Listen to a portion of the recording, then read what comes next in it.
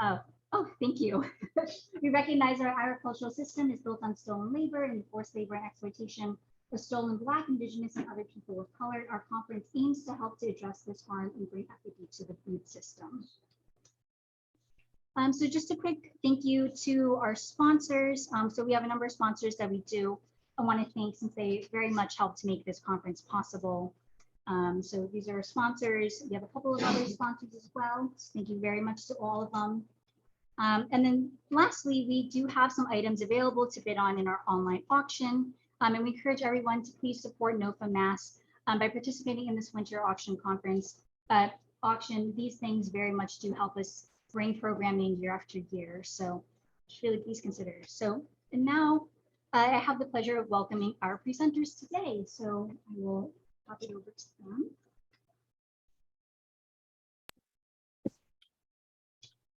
Peace, everybody. Right. Thank you so much, Amanda, for the introduction. Go ahead. Oh, just to take it away. Okay. Yes, Yes, ma'am. Yes, ma'am. Yep. So yes, peace, everybody. Peace and blessings. Welcome. My name is Sarah Rose, I'm Azeem. and we are Samad Gardens Initiative. So Yes, we practice saying that. we will share our screen and get started. Well, let's just, before we do that, let's just kick it with them one time. We are Samad Gardens Initiative. We are out of Hartford, Connecticut, primarily. Right now, we are in a place much warmer than you. We are now in sunny Florida, doing some work. The work doesn't stop for farmers, am I right? So we're trying to connect with people down here and get different agricultural networks set up for people in Florida and Georgia. And it's a wonderful thing. And we miss being in person with you all. We're gonna try and kick the volume up a little higher. Sure. Yep. Apologies for the technology. That was a good Yeah, run. no problem. Just let us know when to start. Yeah. Let's try that first because I think we already tried a little bit of speaker enabling. All right. So check. Hopefully you guys can hear us. Mic check 1, 2. What it is, what it do. Make a noise when we get in the room. Yes. Okay, great. Yes. All right. So we are Samad Gardens Initiative calling virtually from Florida. So we will go ahead and share our screen and get started. Yep. Okay, so our topic for today is gardening on a budget and repurposing materials, which is really key, especially when you're talking about access, right? Yeah, being able to do it for low cost to free without sacrificing quality. That part's important. So now goals of the session, right? Number 1, we want to increase awareness of low-cost materials in your environment. 2, it's all about function over form. It doesn't have to look how it looks in the movies and when you envision gardening in your mind, it doesn't have to look like that. It's about the function over form in gardening. Repurposing existing materials, right? Things are already here, you just gotta make use of it. And lowering the cost barrier to farming and gardening. Absolutely. And so our values, and especially as it relates to this topic, are that farming and gardening is for everyone, regardless of income, race, class, ethnic background, and we want to make it accessible to everyone. So you definitely don't have to have a lot of money. You don't have to have wide stretches of land to be able to grow your own food. It's something you can do in any environment. It's just about knowing how to, being aware of the resources available and how to, flip things for your benefit, right? Sure indeed. And another value is growing your own food is an essential skill that must reach everyone. So we really believe that everybody should know at least the basics of how to grow your own food, just across all lines in society. So, and that growing food is quite possible for low cost to free. It's definitely possible, to spend a lot of money gardening and farming for sure, but there's ways to be very successful and grow nutrient dense, excellent quality food for low cost to free. And so we're going to go into the areas that we can cut costs and grow for practically free. Indeed. So one of those areas which is really important to cut costs is soil. Yep. And go ahead. Oh yeah, and soil meaning both for like container growing, raised bed growing, and even land access for in-ground growing on larger swaths of land. Then we'll talk about nutrients. So where are we sourcing our nutrients, fertilizers, amendments, for practically free? For things to strengthen both the plants and to strengthen the soil, strengthen the whole biodiversity ecosystem that you develop inside your growing space. Yep. We'll touch on containers and growing space, including land access, mulches, and sourcing seeds and seed starting, including some low-cost greenhouse and raised bed, covered raised bed ideas. Indeed. Now we got one of my favorite peoples, right? We got the Grandmaster himself, Bruce Lee. For those who are not familiar with his philosophies of Jeet Kune Do, it is to use no way as a way and to have no limitation as a limitation. Essentially, that means take the essential essence of a thing, right? And just use that essence. Don't take in all the extra stuff with it. So martial arts, don't use all the fancy forms, just use a simple punch, use a simple kick, use what's effective, most direct, and most simple to get the job done. Right. That's the whole functionality of the whole thing. So me as a big Bruce Lee fan and a martial artist, I had to throw that in there because that's part of the philosophy with how I flip things. Mm-hmm. Okay, let's see. Next. There we go. And of course, it's always about back to basics. Let's not get caught up in all the fancy stuff about growing food, right? You have 5 basic needs for your plants. And as long as we're checking off those 1, 2, 3, 4, 5 things, we're good, right? Your plants need light, they need soil/nutrients, which you can also throw air in there, right? They need water, they need heat, different levels of heat for different plants, and they need love and care. You can't leave that last one out. Yep. Yeah, and a lot of this is like helping us shift our way of thinking so that we think what are the basic elements and then how do we meet those elements without necessarily buying products that are out of our budget, right? Okay, so let's start with soil. So first we got to understand, so what is in, your store-bought potting mix, if that's where you were sourcing your soil, right, as a basis. So so what is what? We have garden soil is like the lowest quality tier in terms of nutrients. So often people buy that to like fill raised beds and stuff like that in large areas, but it doesn't have very much nutrients. Then you got next tier is potting mix, which is has a bit more nutrients, but it's more all purpose. And then seed starting is usually the most expensive in a blend, and that has the most nutrients and added fertilizers like bone meal, blood meal, alfalfa, yeah, kelp, all kinds of all kinds of rock dust and fertilizers in it. Then you have compost and potting mix. So that's the store-bought potting mix, and it's very expensive, especially if you want to start growing, more than just a couple pots. It does get expensive quick, right? So then understanding what are the elements to your potting mix and seed starting mix, and how can we do it ourselves for a lower cost? So elements, just basic properties. It needs to be lightweight enough to allow for small seeds to push through, and it needs to be sifted, so no large chunks in mix. And we've definitely learned that from experience making our own potting mix with composted mulches and certain things where you still have large chunks of or small sticks, and that especially is difficult with small seeds. So a simple solution is just whatever material you have, you sift it first.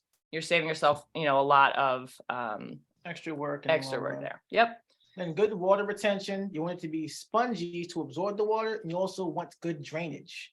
It's a simple thing. Water is the biggest vector of disease. If it doesn't drain, it's going to flood. That's not good. You're going to drown the plants. If it doesn't retain the water, if it's not spongy enough, then your plant's not going to get the water it needs. It's going to wash all the nutrients out of the soil. Yep. And then you do need good structure, housing for nutrients. So humus, you have on a microscopic level, you have pockets where chemically the nutrients can hold on to in the soil. So humus, clays, stuff like that help to hold onto nutrients. So if you add nutrients, they don't just drain right out with the water. And of course, heavy enough for good seed to soil contact. Just think of yourself when you lay down at night. If you have a bed with a nice old blanket, you don't want the blanket to like cover half your body. You want the whole thing over. You want to roll over and just say goodbye to the world for a little while. The seeds want the same thing. They want to be fully covered. They want good seed to soil contact. Right. Yep, an excellent nutrient balance that is immediately accessible to sprouts. Indeed. All right, so then what makes your mix lightweight and water absorbent? So two of the major source materials would be cocoa coir, which is definitely seen as more environmentally friendly, and it is. It's more sustainable because it's made from the shells of coconuts that's just ground up.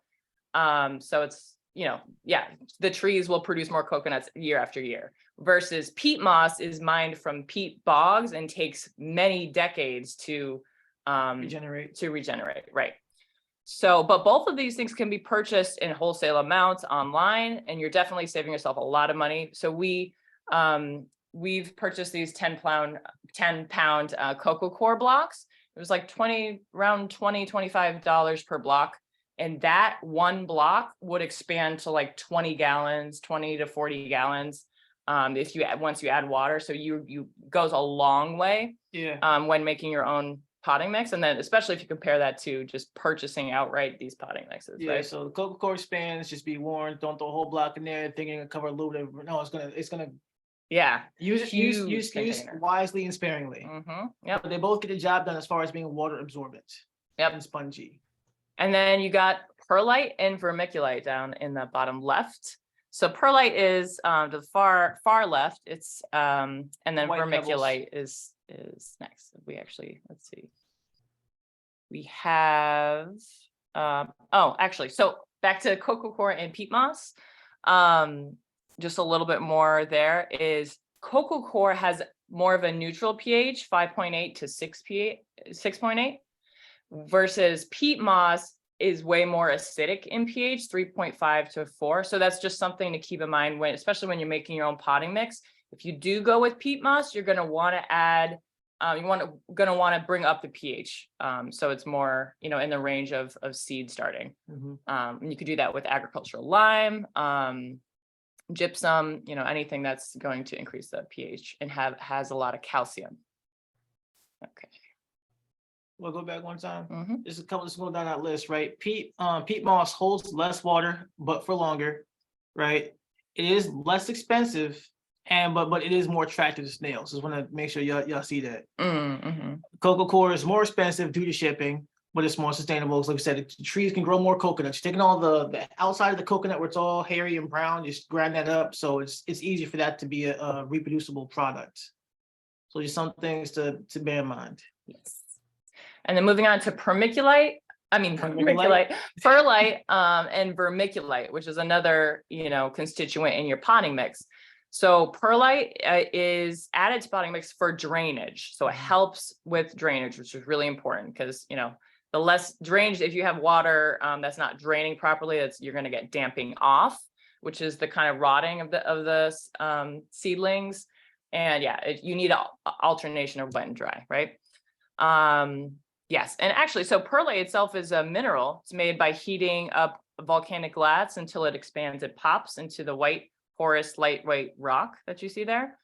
The more you know. Yeah, and something I also recently learned is rice hulls provide a similar function as perlite. So that could be another source, and especially if you source it from the right place, like a local processor where it's a waste product, you could get that for free.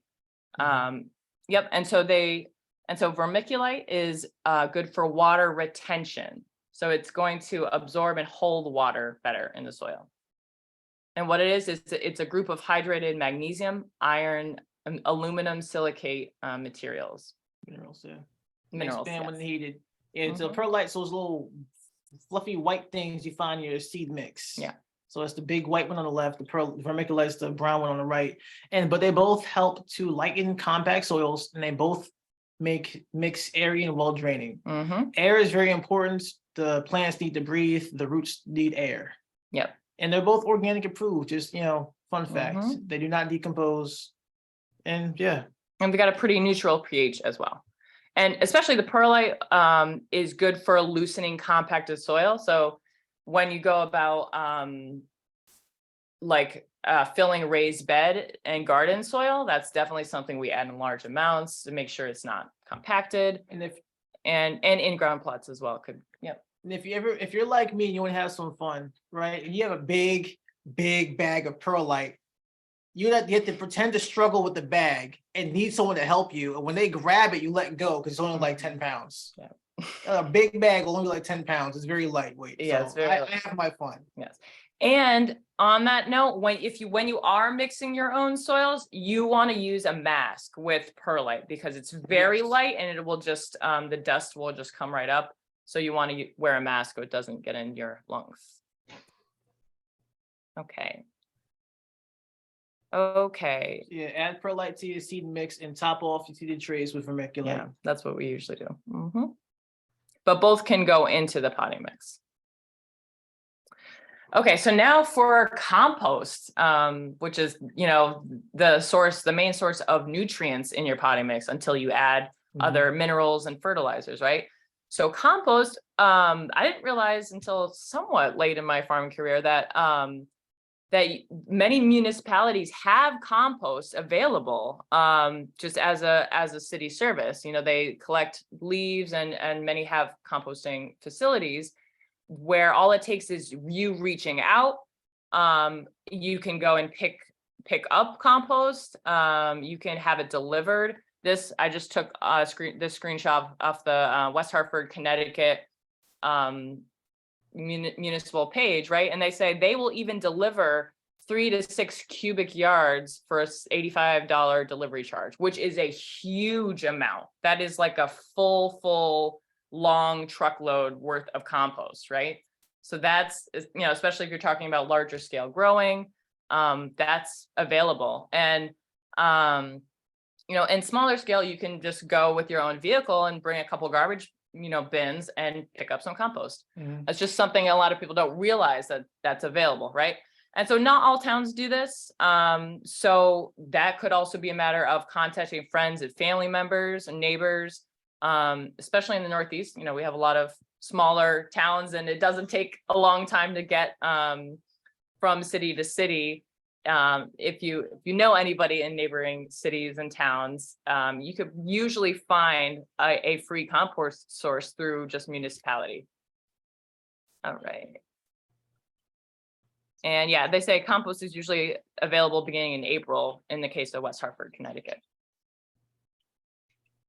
So, and that we would use both for just a garden amendment, a mulch, and we would include that in our potting mix if we're making our own potting mix. Yes. And in that case, you would definitely want to sift out the large chunks because that's going to make for a much better potting mix. Yeah, the compost is for the organic matter, which you definitely need to help increase the total exchange capacity and other things inside the soil. So, All right. So yeah, for filling raised beds, bottom, right? You want partially composted logs. Well, this is if we don't want the garden bed to have contact with the soil beneath it, right? We want composted aged wood chips, right? Something to have a nice barrier between the bottom of the bed and the soil. So if you look at the picture here, this is actually one of the beds we were working on in Georgia. We put landscape fabric at the bottom, right? Underneath that landscape fabric, we took a whole bunch of composted pine mulch from burned pine trees. Partially decomposed, yeah, partially decomposed. And we just layered the bottom with it thickly. Composted aged wood chips, we were saying that we put that stuff on the next layer up. Then we put our compost. We had composted cow manure with drive an hour to get like 1.5 tons of compost cow manure.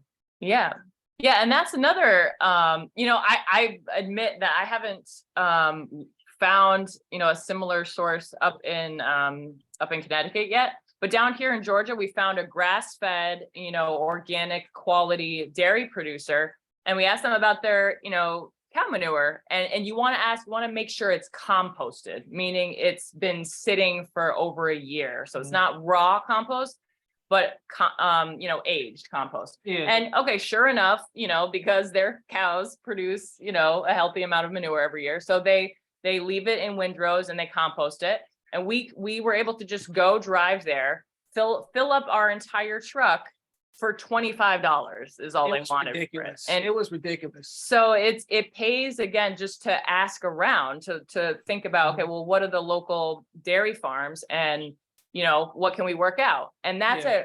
a top tier, top quality source of nutrients, compost, for, especially for a large volume of I love my pickup soil. truck. And one thing about that too, with composted stuff, you want to make sure you can tell it's done with this composting process when you cannot smell it. Yeah. So compost is horse manure, cow manure, anything. It's not going to smell like manure. If it smells iffy, leave it there. Yes. And another thing with compost is the Asian jumping worms have been, an invasive species of worm that's been a problem, right? So sourcing does really matter. So you want to ask all of your inputs about that. Oh, has the compost been screened for jumping worms? Do you have those on your site? Those are questions you want to ask. To avoid bringing them on your property if they're not already there. Yeah. So above the compost, we got coca cola and peat moss, which so my favorite farm tool is the fork. Mixed everything Spade nice and fork. together. Yeah, my spade and fork. I always say it's eating time, and I use it. It's like people hate my puns. That's okay, right? And then you put the perlite in there, you mix it around, and we topped it off with vermiculite to make a nice little thing. Oh, we put lime in there. We put lime to help neutralize the pH levels, because the peat moss we use is a bit more than insecticide. So a little bit of garden lime goes a long way. We don't use a lot. Don't empty the thing into it. Just a little bit. Trace amounts. Yep. So you got your partially composted logs in the bottom, your aged wood chips, compost or composted manure. You got your peat moss or cocoa core, your perlite, your vermiculite. Combine it all. We mix this right here in a raised bed, and then we took some out and used some for seed starting and potting mix and whatnot. Yes. But yeah, and all that's this basically stuff serviced 5 beds of Mhm. different structures that you'll see later on. Okay.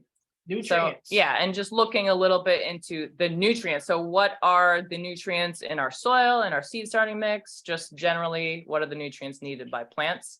So you got your macronutrients, calcium, magnesium, nitrogen, potassium, phosphorus, and sulfur. And so part of the mindset shift, right, is, well, where do we find these things? How do we source these things naturally in nature, right? But I have to let y'all know though. You see this periodic table breakdown and all these scientific terms. Do not freak out. I promise you, this is very simple. All right. Okay. There's no need to, some people really do freaking out. So calcium is a simple thing. What has calcium? Eggshells. It's not a hard flip. Yeah, the eggshells, what I would do, 2 things I would do with the eggshells is you would bake them first and then pulverize them, crush them into a powder. And that's a dust powdered form of calcium, right? That would be slow release calcium that would break down, slowly over time in your soil. And then you've got coffee grounds. Well, first, magnesium, you've got Epsom salts. Epsom salts are very low cost. And that's just pure, soluble magnesium. You've got nitrogen. So, there's so many sources of nitrogen, but definitely any fish products or fish wastes, coffee grounds, like spent coffee grounds, potassium. I'm immediately thinking of bananas and other potassium rich, plants. Phosphorus, you're thinking of bones. So, chicken bones, cow bones, fish bones, all of that is going to provide, phosphorus. Sulfur, you're thinking of alliums and gypsum. Gypsum is a rock dust that's got a lot of sulfur and calcium. Alliums are the family of garlic, onions, scallions, and stuff like that. And you see the percentages here. You do want a healthy amount of calcium for the actual structuring, for the housing of the soil. So that's another thing. Yep. And then your micronutrients that you just want to be aware of, right? You've got sodium, manganese, copper, zinc, iron, boron, molybdenum, silicon, selenium, aluminum. There's many different, ways and sources to get those. Those especially you'd be looking at like rock dusts. And so Well, we'll be going into that in a next slide. But if you But Himalayan pink salt is very mineral rich for those trace minerals, yes, it is. particularly for boron. You get that from borax, which is very low cost, and again, very trace amounts. People, we know many, gardeners who sprinkle borax in your potting mix, or just right in your soil as a soil amendment. Use very thinly. Like Yes. don't use, if you think you're using too much, you're probably using too much. It's a trace mineral. Like you want just a little bit, but it helps a lot with the plant's ability to actually utilize the different nutrients that are available. It doesn't have boron, it's not able to use a lot of the different nutrients that are inside the soil. Yep.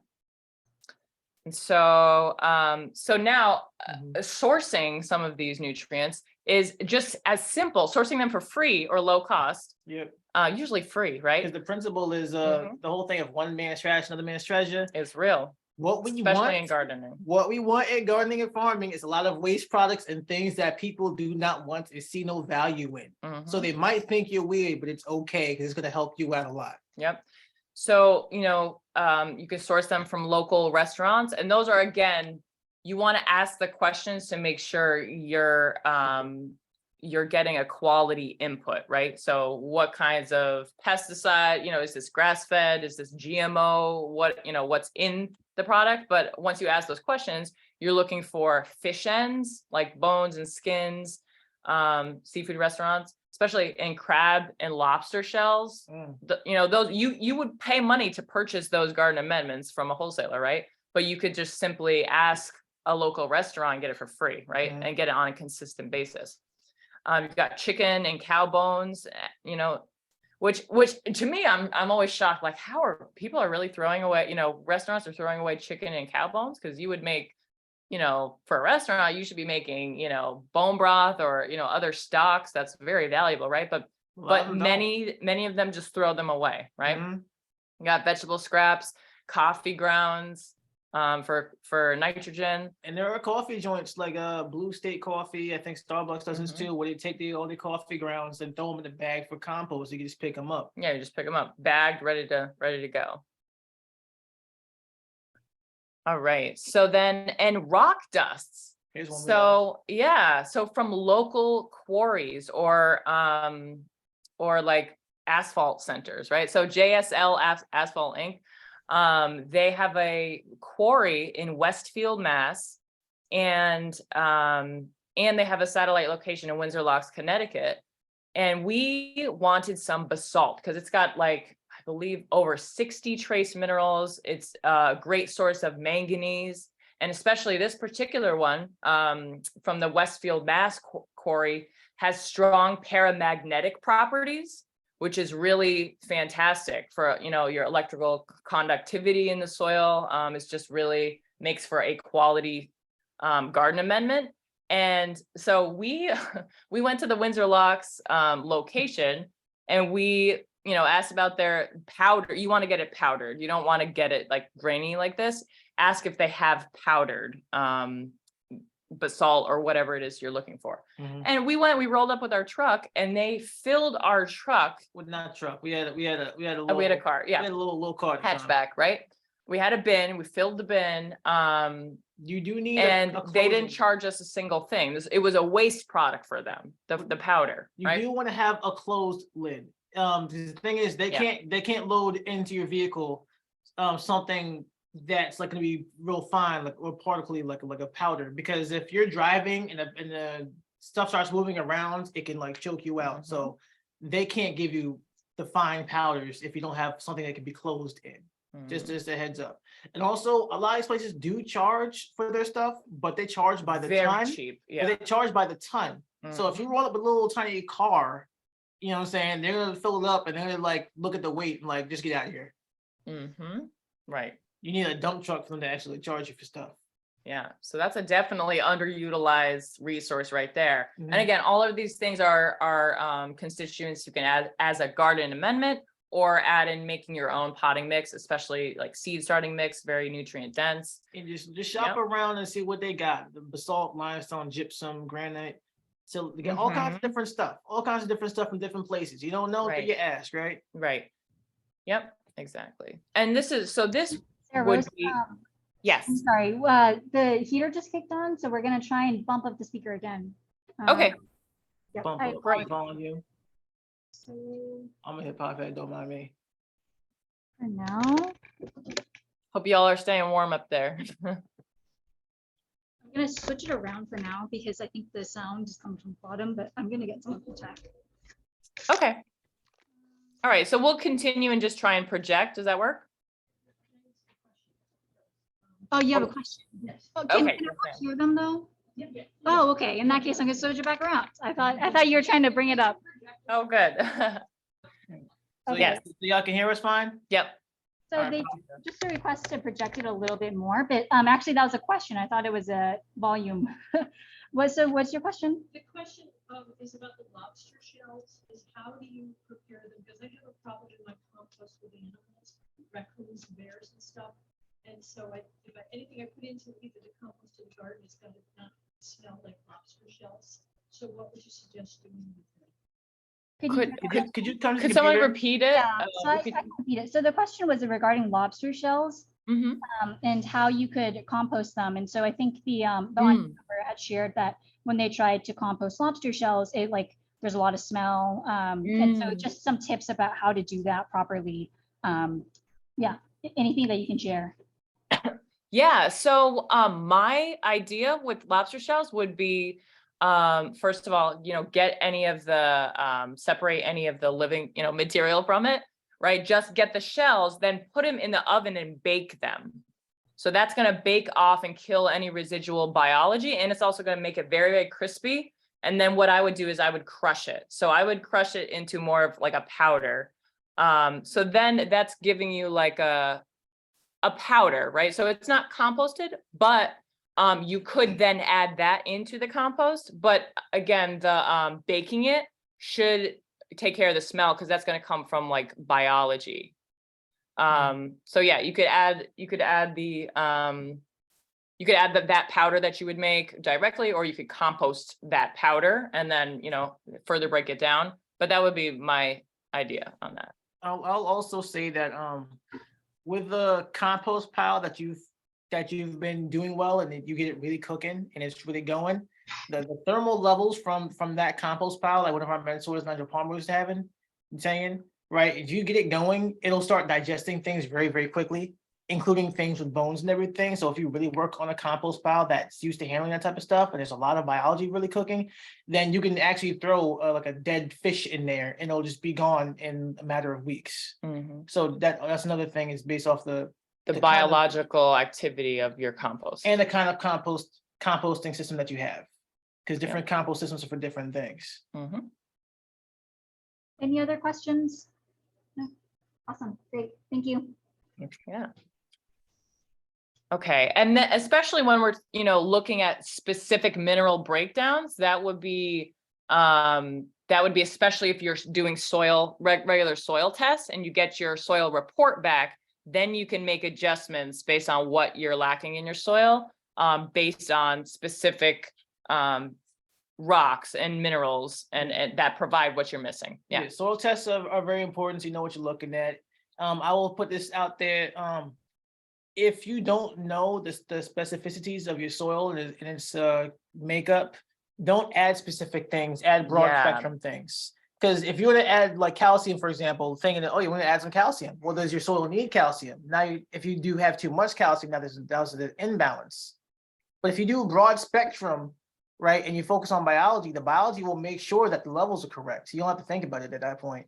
You know what I'm saying? Yeah. So when you get the soil test done, you know specifically what you need. Then you can start, okay, now I'm going to add some phosphorus. Now I'm going to add some molybdenum, et cetera. Mhm. Yes. Okay. What gives the potting mix nutrients? Yes. So compost, right, being a huge, and we're mentioning compost after these other inputs because it's a great next step to throw those rock dusts, throw those, powdered lobster shells right into the compost. And now they're going to further break down and become more bioactive for your plants, right? So what is, go ahead. I was going to start hitting the list. Yeah, go ahead. Yeah, completely decomposed organic matter. Completely decomposed, again, meaning if it's you're not going to have a smell. When something's completely composted, you can even take a waste product from a cow or a horse that would usually be like, nah, get away from me. Right. You won't smell anything when it's done. Mhm. It'll be a nice dark color and it's going to kind of break apart easily on its own. Mhm. You know what I'm saying? So that's what it looks like. And the organic matter is key. Yeah, that's when it's completely finished, right? Go So, back and okay. you finished compost, sterile, stable form, no smell, nitrogen source, other key nutrients. All right. And our worms, our Worm champions. castings, which goes together, right? Because you can't have vermicomposting, which we'll show an example of in a slide. Worms are very important because they work literally from the cradle to the grave. They are 24/7 soldiers. So their castings are popping. It's a rich source of nutrients and helps the soil retain nutrients and water better. More humus, which is organic humus, hummus, tomato. More humus, organic matter than traditional compost or normal garden soil. And then of course, worms go through and they help fix the soil housing and they help balance things inside the soil. They are so valuable. Right. And just came across a recent study at Cornell University. Earthworm castings provide substances that directly influence healthy plant growth. The Ohio State University Soil Laboratory found that worm castings enhance seed germination, plant growth, flowers, and fruit production. They also curbed certain plant diseases, including root and crown rots, wilts, and inhibited some insect pests, including mites, aphids, and mealybugs. So definitely worth producing some good worm castings, right? And all that takes, on a very simple level, is something like a worm bin and some worms, right? So we're so excited. We just made our first vermicompost bin somewhat recently. We've been wanting to do it for years, and just for various reasons weren't able to on our specific location. But so this is just converting a simple bin. You want to have a drainage hole or holes at the bottom to drain excess liquids, and then you want to drill some holes around the top so that the worms can breathe, and then you can put the top on it so there's no smell, and it's just it's not exposed. So you make your bin. You want to include 1 part of native soil or compost. In our case, we used the composted manure as a bottom layer. Then you add 1 part, and this is parts by weight, right? 1 part shredded cardboard or shredded paper. You want to avoid paper stocks that are very ink heavy, right? Try and just get plain cardboard, no glues and inks and stuff like that, right? But just shred it up. You can get a shredder for that, or you can hand shred it. One of my evening activities a couple weeks ago preparing for this vermicompost bin was just hand cutting the materials, since I didn't have a shredder on hand, right? Put on an album that you like, what I'm saying? Yeah. Red wrigglers are some of the other worms. Mm-hmm. There's a variety of the worms, very, very helpful. They are key. Yep. They are the vermicompost. Yep. And then your kitchen scraps, right? And you want to start, again, it's supposed to be equal parts by weight. And the idea is you want a balance of browns to greens or browns to kitchen scraps, right? So 1 part kitchen scraps, you want to especially start with greens, things that break down really easily. We would add our banana peels. We would add we would definitely add the lobster shell powder that we make, and the eggshell, powdered eggshells. We'd add all of that in there. Even some of the rock dust you could add in there. And then the worms are just going to go to work and transform all of that material into quality compost and worm castings. And if you do all the stuff, that's part of the uphill road of doing things yourself. It's nice when you got it like that. You can't just pay for everything, and you know what I mean? But there's tremendous value in understanding the process and how to do it yourself. Right. There might not always be the option to buy things. Correct. Right. Yep. But that's just it though. You got to be handsy and do things yourself sometimes. Absolutely. Now, what gives the potting mix nutrients? Okay, so back to some more granular supplements to keep in mind. You got kelp meal, you've got alfalfa meal. So again, these are things you could make yourself, right? If you went and harvested kelp from the shoreline, you have your own source of kelp. And matter of fact, that's also a great mulch, a great free mulch, right? Just lay that right on top of the garden surface and have that break down and the minerals are soaking right into the soil. There you go, right? Alfalfa Crab meal. is hay, is kind of grass, right? Crab meal, feather meal, bone meal, blood meal. And you can see what they're high in. Alfalfa Yeah, meal is what they good give because you you. see it has Mhm. broad spectrum. So Mhm, of again, if you minerals. don't know what's inside your soil, go with alfalfa if you're gonna choose one of these off the list. You know what I'm saying? But it's safe than sorry. Then if you find out you have a nitrogen deficiency, then hit feather meal. You know what I'm Mhm. saying? But these are the things that address the soil needs, the Mhm, biodiverse needs of your community under the soil, mhm. and your plant needs. And these will give you better yields. These will increase the amino efficiency of your plants, all of that and then some. Yeah.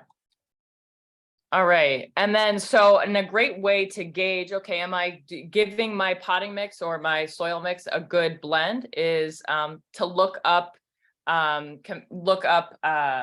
organic fertilizer blends and see how you compare, right? So what do we have in here? We have alfalfa meal, we have crab meal, feather meal, fish meal, kelp extract, rock phosphate, sulfate of potash. So are we hitting all of those major nutrients? If yes, then then you're on the right track. Okay. And one thing, so we didn't even go into all of the liquid fertilizers you can make, and there's so much with Korean natural farming.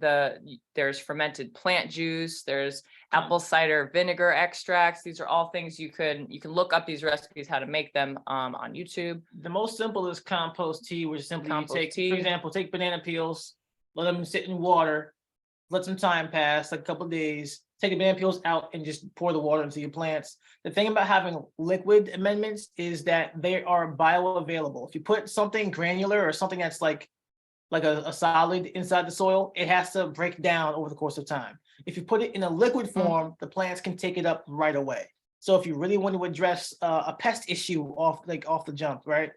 That's where you can have your foliar sprays, foliage, right? You spray the leaves with the nutrients, this and that the plant needs to fight back more effectively, etc. So that's the difference with that. But it's the same. It's a similar process of finding what's in your environment, and then just when you get the raw materials, it's a simple step to turn them into a liquid bioavailable form. It's very simple. All right, so now moving on to low cost grow spaces. So we'll start very small and we'll get large, right? Starting with 1 gallon or less. Cinder blocks, don't knock the cinder block, right? Bars. So yeah, especially good for plants that do well in small spaces. Strawberries are great in small spaces. They don't need a whole lot of space to grow well and produce fruit. You've got, this is from a couple of years ago on our porch. We've got a repurposed gallon water container, just sat on its side, poked holes in the bottom, and then just a small lip, hole in the top. So that, and planted our lettuce transplant right into there. And that way it actually conserves the moisture in the soil. So it's very efficient for water. And obviously no weed pressure because it's just, the small little lip is where we planted the transplant. And there's very easy. And there's a greenhouse effect there with the heat. It keeps traps them the warm. heat. So the soil heat is what really helps it pop off. And it gets nice and big. If you have like one lettuce plant inside a gallon water bottle like that, we had a spinach that was like bigger than my head. And for seed saving purposes, we couldn't eat it. And I was like, next time.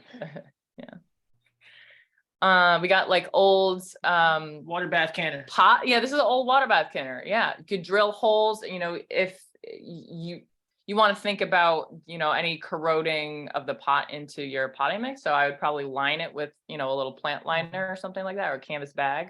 But we grew 2 lettuces out of this old water bath canner. There were no holes in it in this one, but what we did was we watered it very scarcely and very few and far between. So we made sure it's bone dry, and then we put a little water in it and we let it sit for a while because it wasn't going to drain.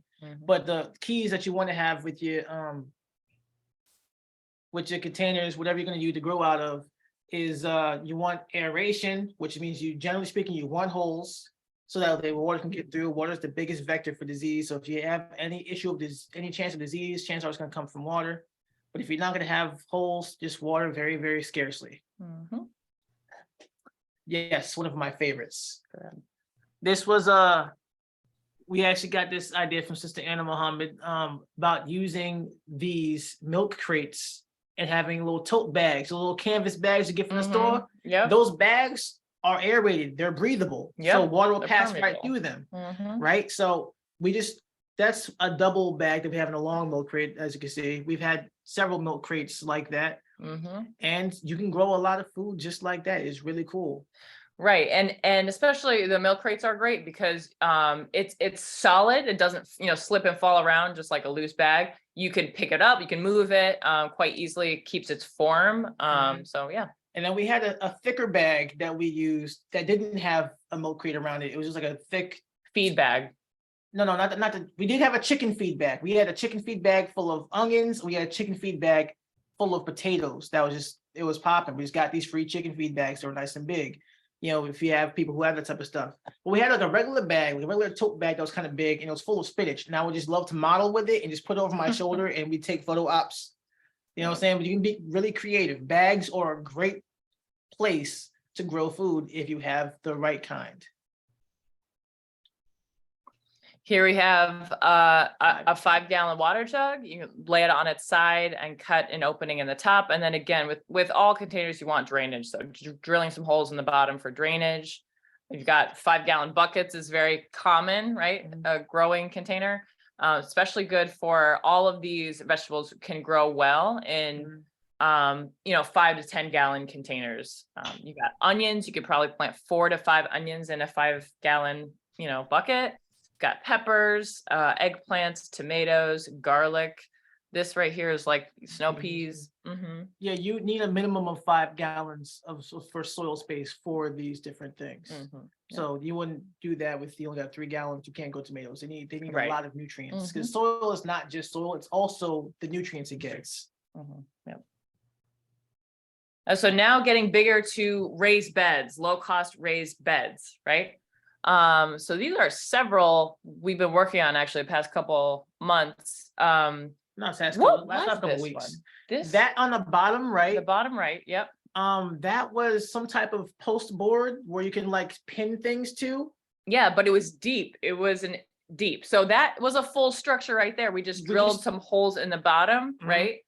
Added some landscape fabric on the bottom there. We didn't even drill holes. We just took something, just kept stabbing it with something. What was it? It wasn't my fork. But the thing is, we don't always need these different pieces of equipment that you think you need. So we say drill, whatever gets the job done.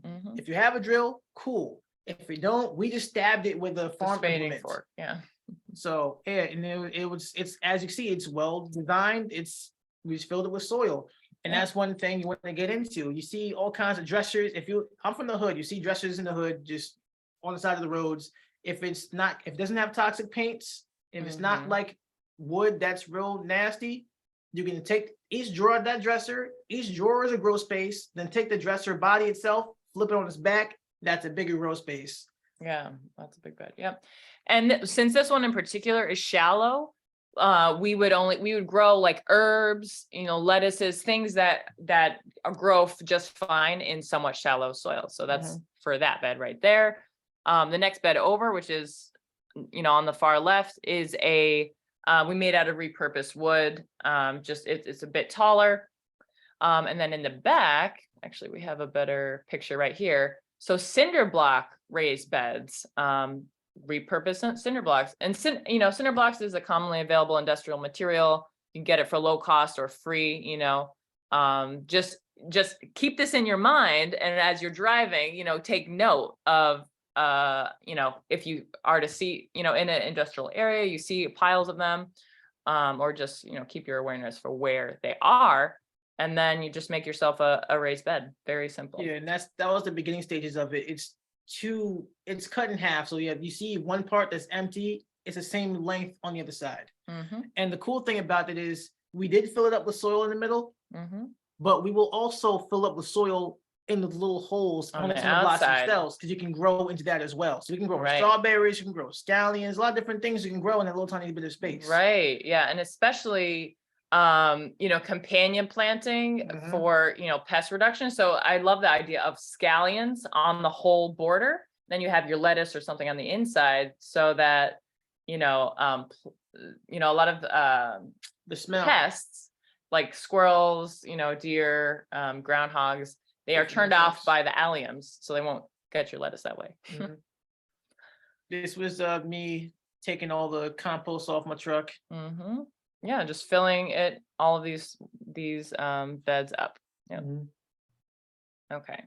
So then much bigger scale, land access, how to get like real land access. So a lot of ideas people don't necessarily think of when approaching a land lease or trying to get a low cost or free land lease or land access. Approach municipalities, just say, approach them with some sort of plan or goal, like, oh, this is who I am, this is, what I intend to grow, hope maybe we could work together, and just see what plans, they already have for agriculture related activities, or just spaces that, are free and available, to use, especially schools. So farm to school has been growing, exponentially in recent years. And I know there is a lot of funding and a lot of resources and spaces available at schools and through the farm to school programs. Mhm. So just approaching schools. Oh, do you have, a school community garden? Is that, could we arrange something, where you maybe get a portion of the produce and I, can keep the rest of the produce, or You just get a couple of start a bags to yourself, conversation, right? And then the others are for demonstration for the students. There's a lot of stuff you can do with that. And also a fun fact, people who have pieces of land or property or whatever, they get a tax break if it's used for farming. Right, exactly. That's another thing. So now, if you're paying X amount of money in taxes, say, excuse me, sir, my name is so-and-so. Again, you want to have your idea already planned out. You want to practice your pitch. You don't want to go looking wild, like, hey, I want to do this. What do you want to do that for? I don't know. I just want to do it. It resonates with me. Like, that's not gonna work. Like, yo, here's who I am. Here's my plan and my idea. You'll get a tax break if you let me do this. You know what I mean? And there are a Right. couple people who don't pay anything for the land they farm on, or grow, garden scale on, because the landlord's getting a tax break. So it's beneficial for them. Right. And it also, they can get grants now because now they're involved in gardening. And Mm-hmm. yeah, so, and then if you're a woman, you get woman-led, woman-owns grants. If you're BIPOC, you get BIPOC grants. You have access to different things. If you're a veteran, there's grants for veterans. And the Northeast in particular, we are very, very blessed to have a lot of these different grants. You don't get that everywhere in the country, let me tell you. So just think about that too. What can be economically available as a result of them letting me grow there? Mm-hmm. You know Yeah. what I'm saying? How does that help them? And so when you approach them, make sure to point those things out. Mhm. Yep.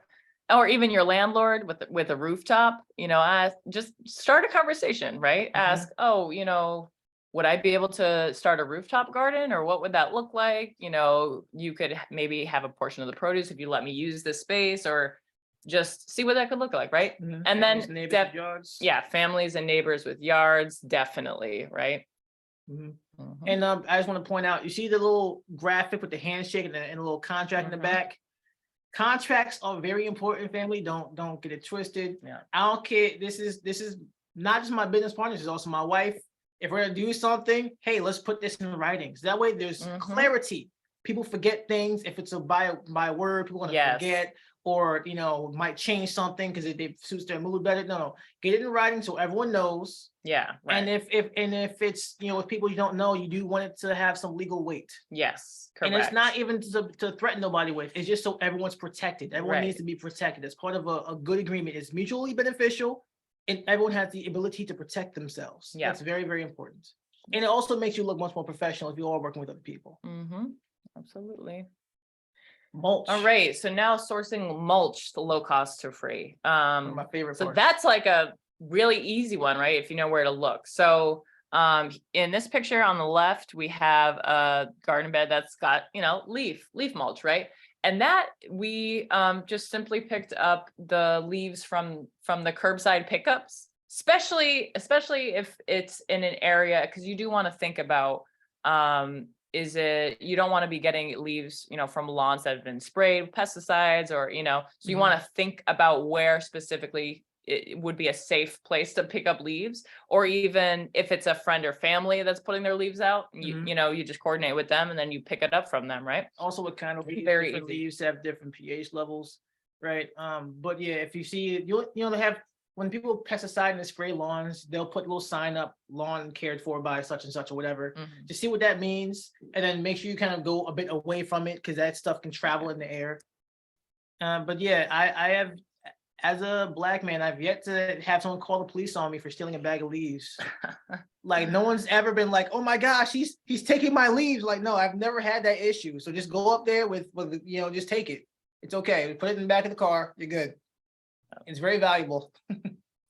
Yeah, and so cardboard is a fantastic mulch, breaking down a cardboard, and especially like shredding cardboard. I think we're gonna invest in a good quality shredder this year, because man, that's a great way to produce your own mulch, right? It's great. It's carbon rich. It breaks down into the soil. It feeds the soil. That's another great source. On the far right, this is just a brown contractor paper we got from Home Depot. We got a big roll, and we would just lay it out, or we would prep the grow space beneath it in our in-ground plots. Then we would just lay it out, staple it down, and then plant right into that as a it's a very lightweight but simple barrier that was effective for keeping weeds down. And again, it would break down into the soil. So an important thing for mulch is just taking the essence of a thing. Mulch is simply to cover the soil. So whatever that looks like, when we work in larger scales, we love black plastic mulch or white plastic mulch for different reasons, right? But what is going to cover the soil that is non-toxic, whatever that looks like. If you got a big blanket or something like that you want to get rid of, and you can use it to cover, because you want to make sure the soil is not being fried by the sun. The sun's not baking away the soil biology. You want to make sure that the mulch you're using is helping with weed pressure, so that you don't have a whole bunch of competition around the plant you actually want to grow, right? So it's the whole thing is don't overthink things. All right, so we got curbside bag leaves. Also, contact yard and landscaping companies. Yes. Local, yard and landscape companies. Try and get ones that shred their leaves, because they have those, machinery. So then it's just a matter of finding someone who services your area, who shreds their leaves, and then also asking, do you have clients that are organic, or do you, just kind of asking about their clients. So more about the source material. You want to obviously avoid, pesticide laden material, right? And they could even, because it's a waste product for them, right? So they might even drop, be amenable to dropping regular deliveries of leaves, to your site, or you could go pick them up from them. Same thing with wood chips. They'd be happy to have a place to drop off wood chips. They go places, get rid of trees, they grind them up into chips. They're like, what are we gonna do with all these chips? Right. We've been rolled up on by a wood chipper. We're like, hey, yo, you want these chips? You know what I'm saying? Yeah, chipdrop.com. That's super easy. You register your place at chipdrop.com, and they just work with their local networks, and they'll just periodically drop, wood chips to you if you sign yourself up as a site, right? So that's a source right there. Local breweries, great for wheat hulls. Their waste product is going to be like wheat hulls. That's great for mulch. It's great as an amendment or in your compost. Rice hulls, sawdust from, carpentry places. Sawdust is fantastic, immediately easy to break down source of carbon for your compost, for your garden in general, right? And just as a mulch, yeah. Okay, so moving on we are almost through, and then we'll take some questions at the end for sure. So moving on to seeds. So where to source for low cost to free. So especially if you're a part of an organization, community organization, nonprofit, if you work with a school, and you have some projects that you're doing, reach out to companies for seed donations, if you don't have the funds for it, right? We've done that in the past, and in alignment with community projects, not just growing for ourselves, but growing for community groups. And we've gotten so many seed donations, quality seed donations, right? You want to contact local garden organizations and nonprofits. Oftentimes, folks really do have free seeds, freely available. You just got to find them, right? In Hartford, Connecticut, we got Keeney Park Sustainability. They're a fantastic organization. They're always giving out seeds. Knox Inc. is also usually has seeds. Sometimes the seeds are just available for their gardeners, but it's worth just asking, right? Yeah, if you ever roll up on us in person, chances are we got some seeds we can give. We give out seeds because we do try to get these seed donations to equal the playing field. And just get on your seeds now. That's a timely thing. Don't wait. If you wait a couple of months, you might not find them. Yeah. And attend a seed swap. Yes. That's probably my favorite one on the list. That's just a fantastic experience. You get to learn a lot, network with growers. You get locally adapted, varieties from folks who have saved their seeds, or just get tapped into that network of growers. It's a fantastic experience, right? And then find seed libraries. Like someone told me recently that in Simsbury, Connecticut, they started a seed library at the public library. So that's a place where it's like those little book shelves you see in the street sometimes, like take a book, leave a book type of thing, or a food pantries, take something which you need and leave something. That's a thing with seeds in certain places. So just look for that online, social media, whatever. Is there something like this in my area? Yep. And then save your seeds. So for the future, right? So once you get your seeds, you want to save your seeds. And that's a whole subject in and of itself that we highly encourage. We feel like that should be a basic part of gardening, right? Is knowing how to save seeds. Which types of seeds can you save genetically, right? And what are the different methods of saving seeds for each of the different types of vegetables, particularly that you're interested in, right? And then just some easy ones to start saving your seeds that don't involve a lot of garden planning or, pollination, are nightshades. So tomatoes, peppers, eggplants, ground cherries, all of those are really simple, really easy. Herbs are very easy. Greens, spinach, lettuce, mustards, arugula, very easy and simple.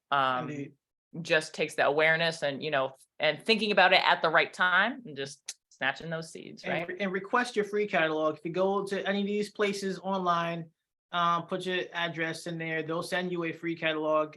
You can go through, and they have information on the seeds, even growing tips. Yeah. And then you see this little on the pictures, this little fruition seeds thing, which is about planting this calendar. It's a planting calendar for the area that you guys are in, which is valuable because fruition seeds is in New York State. Yeah. So is their zone 5 something? I don't know what zone everyone else is. I know in Connecticut we were zone 6A, 6B, 6A, 1 and 2. Yeah, so that is for seeds. And so now on to our last section on seed starting for low cost to free. So on the far left, this is just like an aluminum pan. Yeah. And we made these little seeding pots with this wooden implement down here called the pot maker. So using newspaper, very simple. This was like $15. Got this for $15. Make an unlimited amount of little paper pots. We, put them all in this aluminum tray, and look, it worked. And they're actually these seeds in particular are very leggy because we started them indoors. It wasn't quite enough sun. So that's what produces leggy seedlings. So, and we'll talk about ways to do that low cost. On the right, if you look at these seed trays, fun fact, those are not seed trays, they are egg cartons. Yeah, I find the plastic egg cartons, because they hold their form, they hold moisture better. So they make great seed starting hacks. Yeah, containers, I guess. Yeah, so you can split, especially the plastic ones, they usually have three sections, right? So you can rip those apart and use all three, or you can like in the next picture, and this is under a grow light, that's why it's all pink. But if you can see in the far, let's see. Oh, really? You see the moisture, it traps the moisture. If you do it where the flat parts at the top, you have a little greenhouse effect right there to help, help your seeds pop off. Yep, you got a little germination dome if you leave the top on. And the third panel, we rip off and we use it underneath to catch the water. So what we do is we poke holes in the top layer. And then again, that third panel just goes right under. As you can see in the far right, we have, little cups that are catching the water down here. And then you've got your dome and then where the seeds are right in the middle. Very easy, very effective.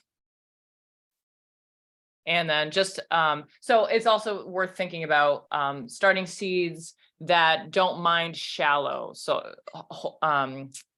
divots, because these little egg cartons are, pretty shallow usually. So we found this has worked really well with chamomile, which is growing here, herbs.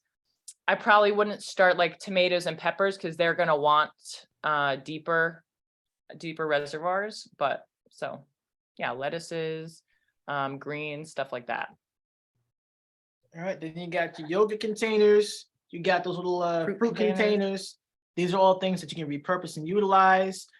Yeah, it's simple. Again, the plastic one, you have the same ability to do a little greenhouse type of thing. Anything that's plastic, you have the ability to do that for some good heat generation, and in fact, it's see-through. So the light comes in, the heat stays there. Yep, and especially with these fruit and salad containers, well, especially the fruit containers, they usually are like all ready to go. You don't have to do a single thing. They have little holes at the bottom. They've got little venting holes at the top. It's literally ready to go. You just add your soil in and start your seeds. And especially for starting onion seeds, we found that the onions actually prefer like more open trays rather than being started in cells. So, you take a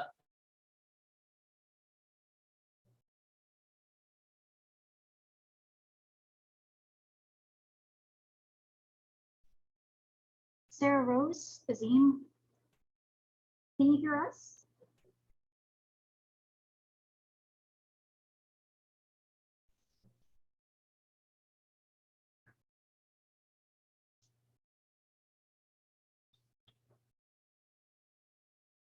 They're frozen on their end.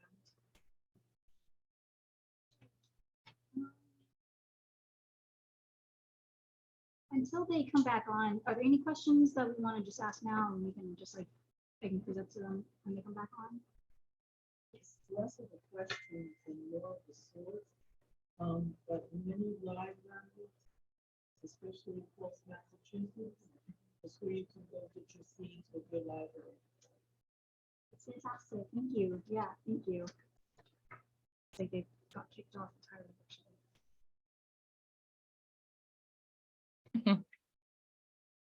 all right, and we are back. Yeah, Sue's back. Okay. Back again. All right. So so there's direct seeding directly into your container, right? Calendula, basil, spinach, tomatoes, peppers, parsley. I mean, there's so many things that you can get away with not starting in trays. You can just directly seed them wherever they're going to be grown. And then there are things that prefer direct seeding. Right. And this All your isn't root even things that vegetables. prefer, All your direct seeding. vegetables, your carrots and all that jazz. Yeah, they can do that. Right. Okay. So last section right here is greenhouses, right? So there's many low cost greenhouse ideas because there's a fundamental issue, especially in the north, of like, how do I get healthy seedlings, at the time when we want to start them in March and April, because it's not warm enough to be outside. So you need heat, you need light. And how are you going to get that outside of like a real greenhouse space, right? Well, you could make your own. So this one is made from PVC hoops. It's a PVC hoop house. So the bones of this greenhouse are like heavy duty PVC hoops. You got a simple wood frame, and then it looks like they have like a piece of wood, right, that rolls up and rolls down, and just simple clamps. And that's a significant amount of space right there, right? Yeah. The opening down there is for venting. Again, the basic root of the principle for greenhouses is something that lets the light in and traps the heat, and then something that can vent for when it gets too hot. Right. Yeah, exactly. And again, this is just a YouTube video you guys could look up. Here's all the information since it's a screenshot, right? Low cost, $100 build, easy instructions, bam. And then let's see. Go next. There we go. And Another this, low-cost one. yeah, is another low cost one is, sourcing the heavy duty plastic from Home Depot. You want the 6 mil. They have 6 mil clear plastic rolls, contractor plastic. We got a roll that was like 10 foot by 100 foot for under $100, and that's plenty to cover something like this, which you're creating different panels and then just assembling them, with repurposed wood or And even easier is just having a basic frame mhm, and having the rolls of plastic on the underside. mhm. That part's even easier. Then it's easier to staple it and nail it, whatever you gotta do, but that way you don't have to work with panels or have to work with subdividing too much. Right. And on the right side, we have cold frames, Mhm. which is a simple concept. Cold frames are simply just like raised sides, right, with a closing top that's at an angle. You want the angle so you can get the sun. Mhm. You want primarily you want south facing because we're above the equator, we're north of the equator, the sun's to the south of us. So what that does is it lets the sunlight in through the top of the glass and it traps the heat. Yeah. And that's something you use to extend your seasons early and late into the game. And it's something you can make yourself. We've made them. You can find, again, things you can find in the street. You can find window frames in the streets just randomly, Mhm. stuff like that. True. Things that you don't want to throw away. Ask your friends and neighbors, hey, do you just happen to randomly have these different things that you probably don't value? Mm-hmm. Right. Absolutely. And then back to just simple plastic covered raised beds, right? So and these are also PVC hoops. So just simple, low cost PVC hoops. And then we cut the plastic to size. We stapled it in on one side so it's fully secure, and then the other side we clamp. We just bought a couple heavy duty clamps, and so take the clamps off, take the plastic off, and then when you need frost protection or you need extra warmth, add the plastic back over it. And then in this case in particular, we had power running from the house, and we had a little extension cord and a splitter, and had heating mats under inside of this little hoop house. So that's a way to start your seedlings early, right?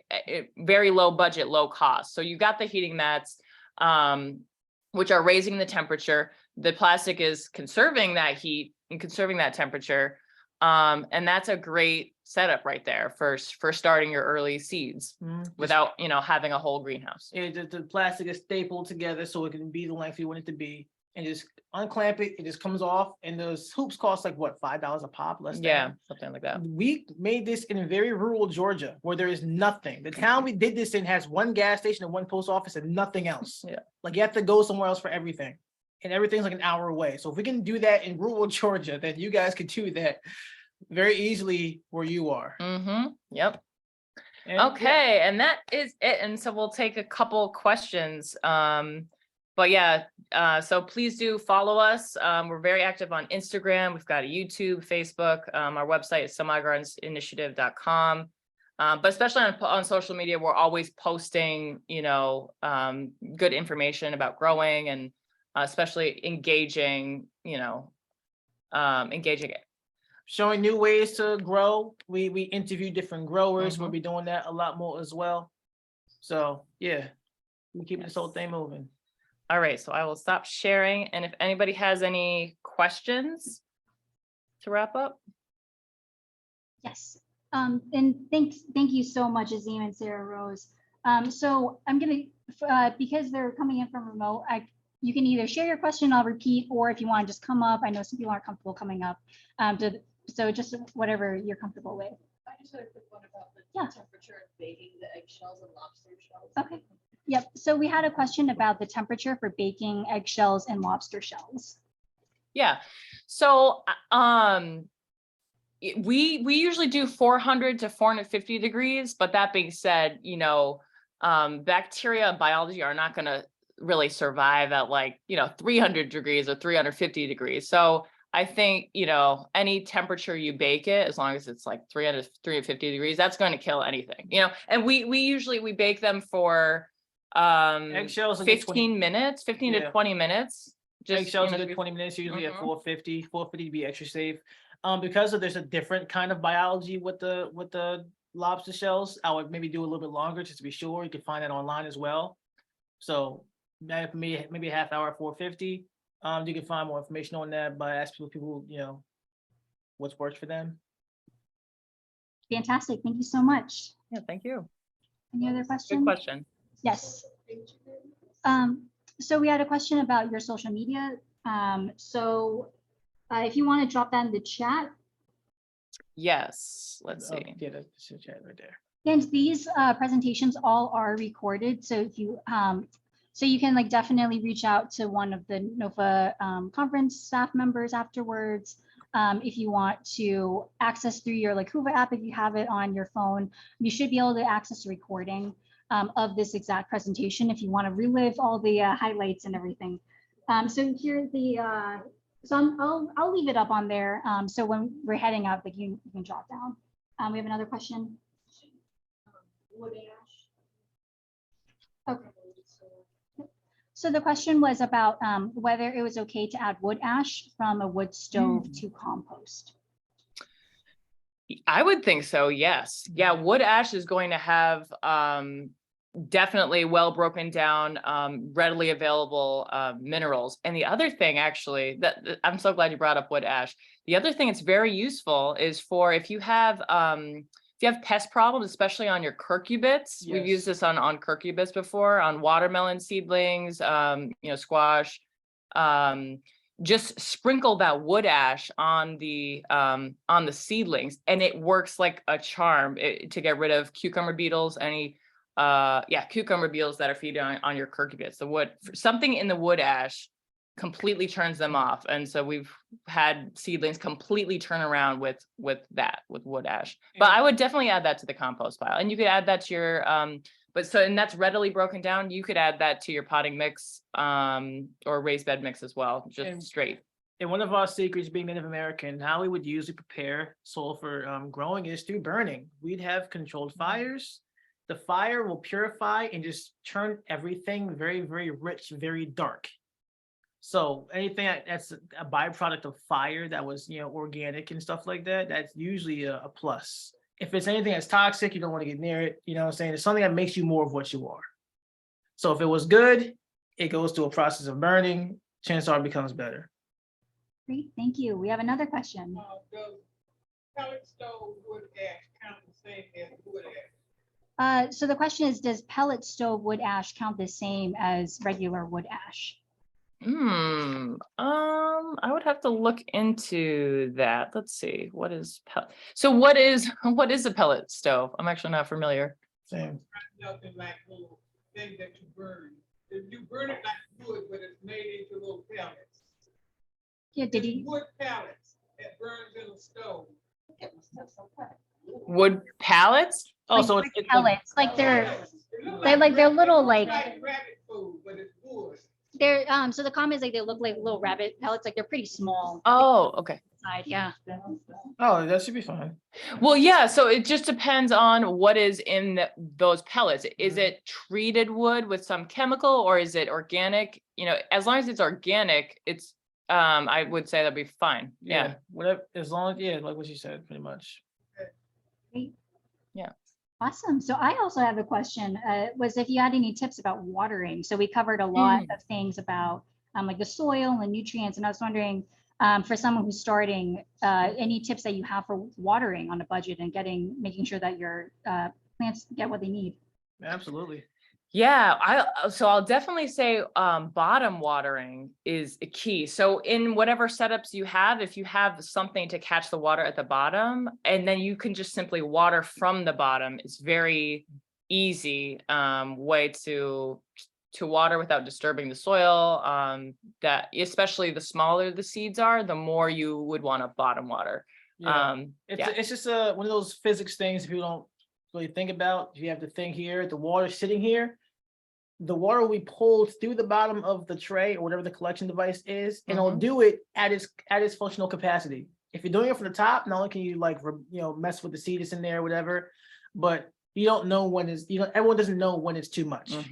People either overwater or underwater. But if you bottom water, the soil will be doing it itself. It's like self-watering, right? Yeah, so that's a good process. And just for top watering, we've done this before, is repurposed gallon containers. Just poke holes in the top, like a plastic gallon, jug, poke holes in the top, and then you have a little DIY sprayer, if you don't want to purchase a watering can. And that's also nice because sometimes it's like you purchase a watering can and then it's never comes out in the right amount that you want. It's either way too heavy or it just doesn't come out how you want. So making your own is really a nice way to get around that, where you can have just a light, spray coming out, or you can, depending on how big the holes are, you can kind of plan that out a little better. Another thing too is you want a transition from being wet to dry. You don't want your plant to always be wet. You don't want your plant to always be dry, but you do want the going in between. Yeah. So it helps it with when it's dry, it helps it breathe. So stick your finger in the soil, just get your finger in there. Is it bone dry yet, or how dry is it? If it's still feeling moist, let it dry out. Yeah. And there's many like DIY self-watering things you can install in a raised bed or in a pot. I'm thinking of like a glass bottle is one. I think it's a glass bottle design. But again, these are easy things to YouTube. There's people with many more, solutions to that. But I believe the glass water bottle is just an inverted, like a root beer bottle shaped, water bottle, and you fill it with water and you just stick it upside down in the soil. And because of the bottleneck, it's going to seep into the soil at the correct rate without over soaking the soil. Yeah, displacement. As the air goes up, it forces water down. So it'll only release water through which there's space for the water. And I'll say one last thing. So we have time for more questions. Is if it's a plant that you plan to consume directly, like lettuce or something, be mindful of what's in your water. Again, I'm from the hood. They put all kinds of stuff in the water, all kinds of hormones and chemistry that you don't want to digest or consume or even bathe in, but it's there, right? Here's where we have water filters. We use a Berkey water filter. We love it. The water filter is so strong. You can pour a red Kool-Aid at the top and water comes out the bottom.